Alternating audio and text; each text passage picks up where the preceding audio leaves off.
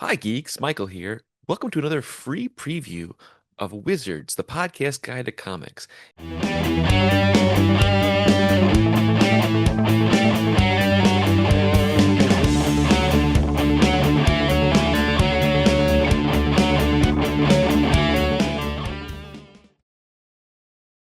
Greetings, geeks, and welcome to episode 114 of Wizards, the podcast guide to comics, the show where we re examine comic book history through the pages of Wizard Magazine. I'm your host, Adam, but you don't want to hear from me. No, you don't. You want to hear from our special guest this time around, who is the buddy of everyone in the comic book industry. That's right. From the comic book school, it's Buddy Scalera. Hey How Adam, you how you doing, doing? Thanks buddy? for Welcome back.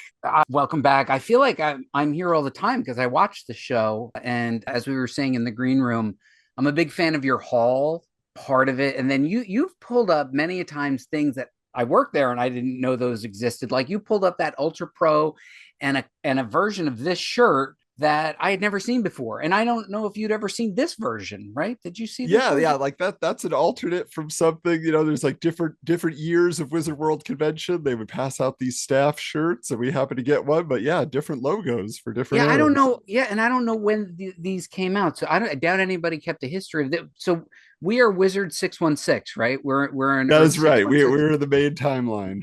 All right, we are in the main timeline. So as a variant of that timeline, we have different shirts from the Flashpoint event. So Exactly.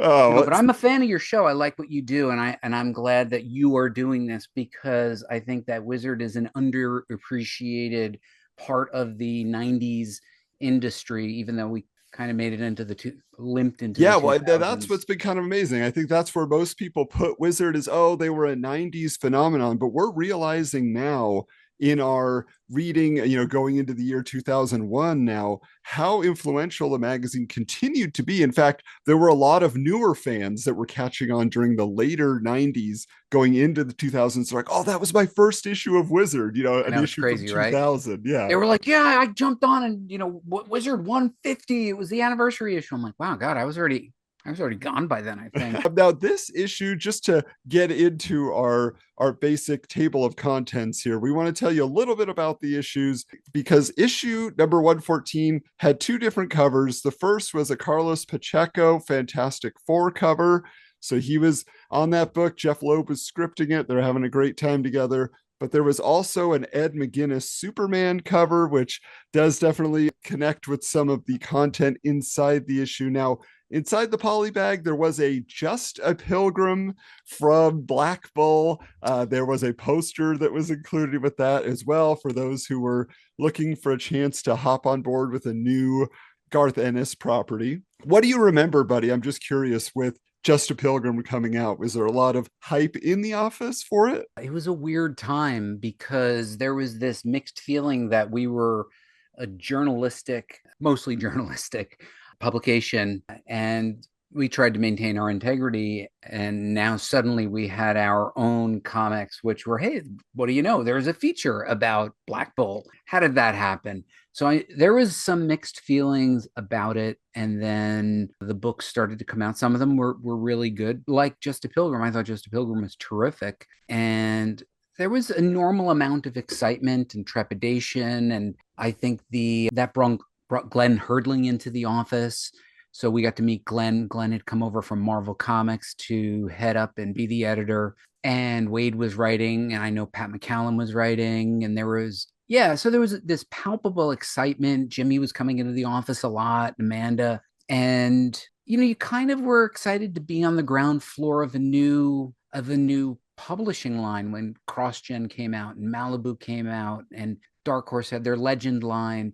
Anytime there's something brand new, you're excited because you're like, I'm going to be able to catch this, and I don't have to worry about years of continuity. And that's kind of what it felt like for us. And we didn't get paid much. I'm sure you've heard this 100 times from other former Wizard staffers, but we got a lot of free stuff, and it was kind of cool because we were like, wow, we get all the cool free stuff. So we knew we'd get Black Bull comics for free, which was nice. So when you're not making a lot of money and you're in your 20s and you feel like you're part of something, even though it didn't last. I thought it was a really good attempt, and some of the books were very good. Yeah, I Some, mean, we have felt that there was, obviously a bias. The people in the marketplace also felt that, hey, why is Wizard promoting their own comics in the magazine and all that? But at the same time, if you look at the books, yeah, they are like a high quality product and they had some fun to offer. So maybe people will go back and revisit if they can find those back issues if they weren't getting them for free.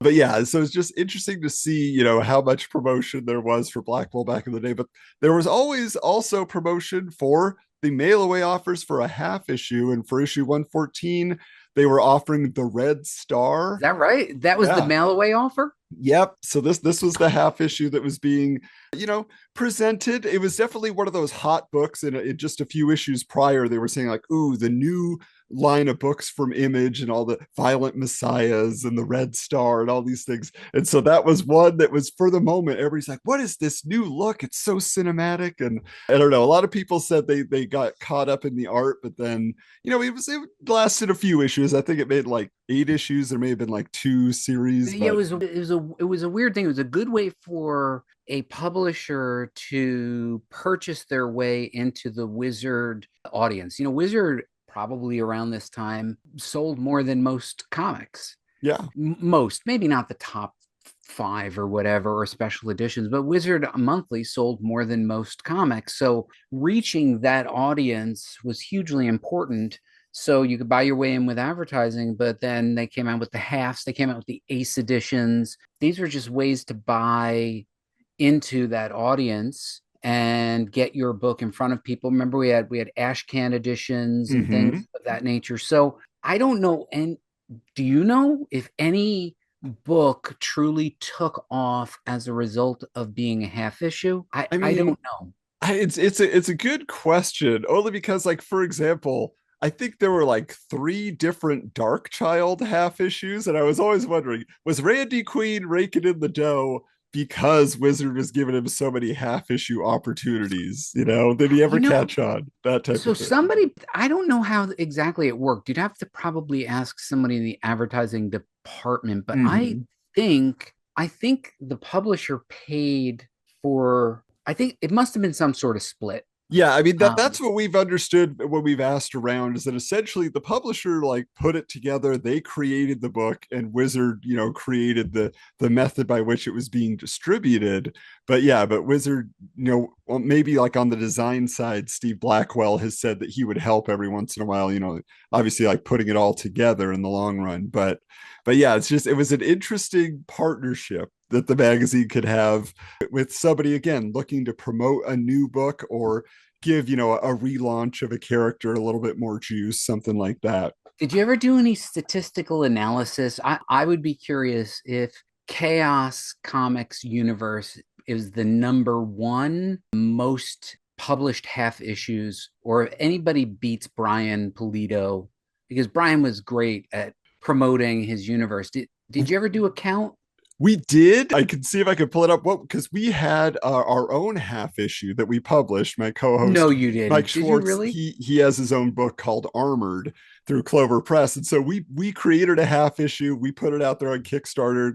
Great success. A lot of people got their copies, but we had a whole section. We showed every half issue, and then we gave the stats on which publishers actually were the top dogs in Well, there. who So who who is the top? It had to be like Billy Tucci, Brian Polito, right? Like those were the guys well, that well, you that was had. the interesting thing, because yeah, because there was a lot of hype that was going on in terms of the actual, featuring of these characters or their books, but then it was always the question of, okay, but how many specific half issues are they going to get out of the deal, or how many can they afford, like you say, to provide their details on? Let me pull it up here real quick. Yeah, here's our statistics. So it says, so yeah, so total half issues published was 81. Huh. Image had 32, so they were the top. Marvel did 20. Top Wow. Cow did 16. Dark Horse did 6. DC did 3. But yeah, so really in the top numbers, it's not even showing, that we had that much coming from Chaos or anybody else. So Wow. I don't know that Yeah, because I could think of a handful. I think there were like two Lady Death and an Evil Well, let's Ernie. preview for your Patreons. Yeah, I showed a special edition that I have that is only available on your Patreon, right? yeah, That they'll see that. And so I have a question for you on your list, yes. and I don't know if I remember exactly what it is, but MBNA, the credit card company, did the first Wizard credit card, and there was like a half issue that came out. What was that? It was Darkness and Witchblade half. Yeah, so that and they you guys ran that in the magazine for like almost 3 years.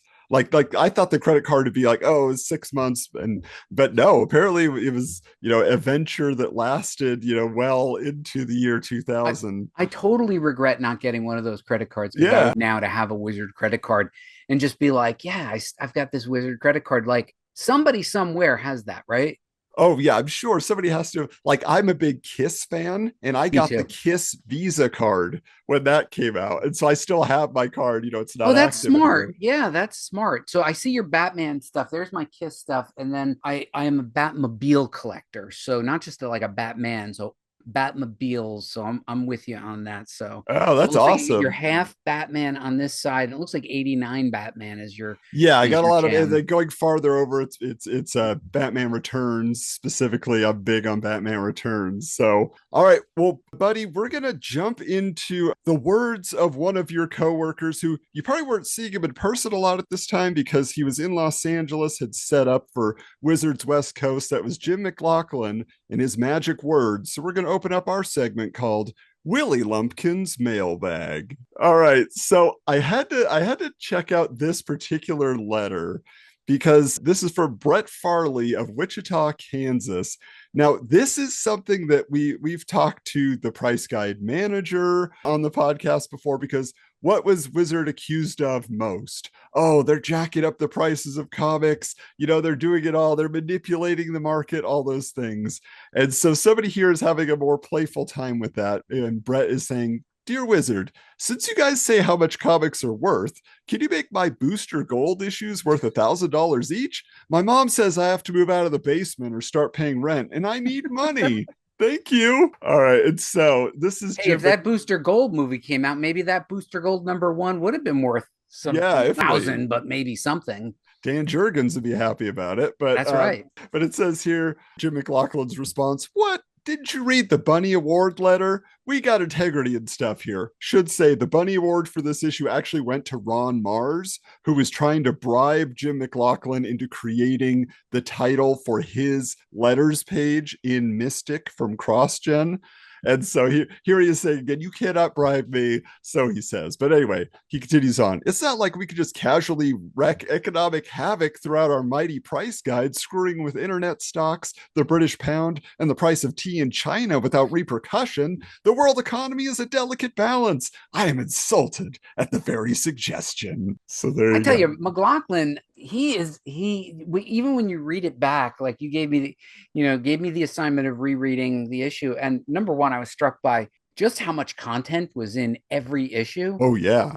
Like this must have taken like a real amount of time to read. And McLaughlin was funny. I mean, there's just no way around it. I mean, he was just a great prose writer, and he really did write it. It wasn't ghosted. It was Jim. Yeah, I mean, he's one of those people that definitely, again, at the front of every magazine, he was setting the tone, right, for what you were going to get Yeah. throughout the rest of it. Just like a little bit snarky, but always fun. And what I loved about his work that I think most people don't pay attention to is that he carefully selected each letter, and in many cases corresponding to other parts of the magazine, like things that were going to be discussed. So it wasn't just like at random the funniest letters or whatever. Like it was actually carefully selected out of like thousands of letters he was getting every month. He was able to do that, which I consider quite a skill. You are quite the historian analyst. I never knew that.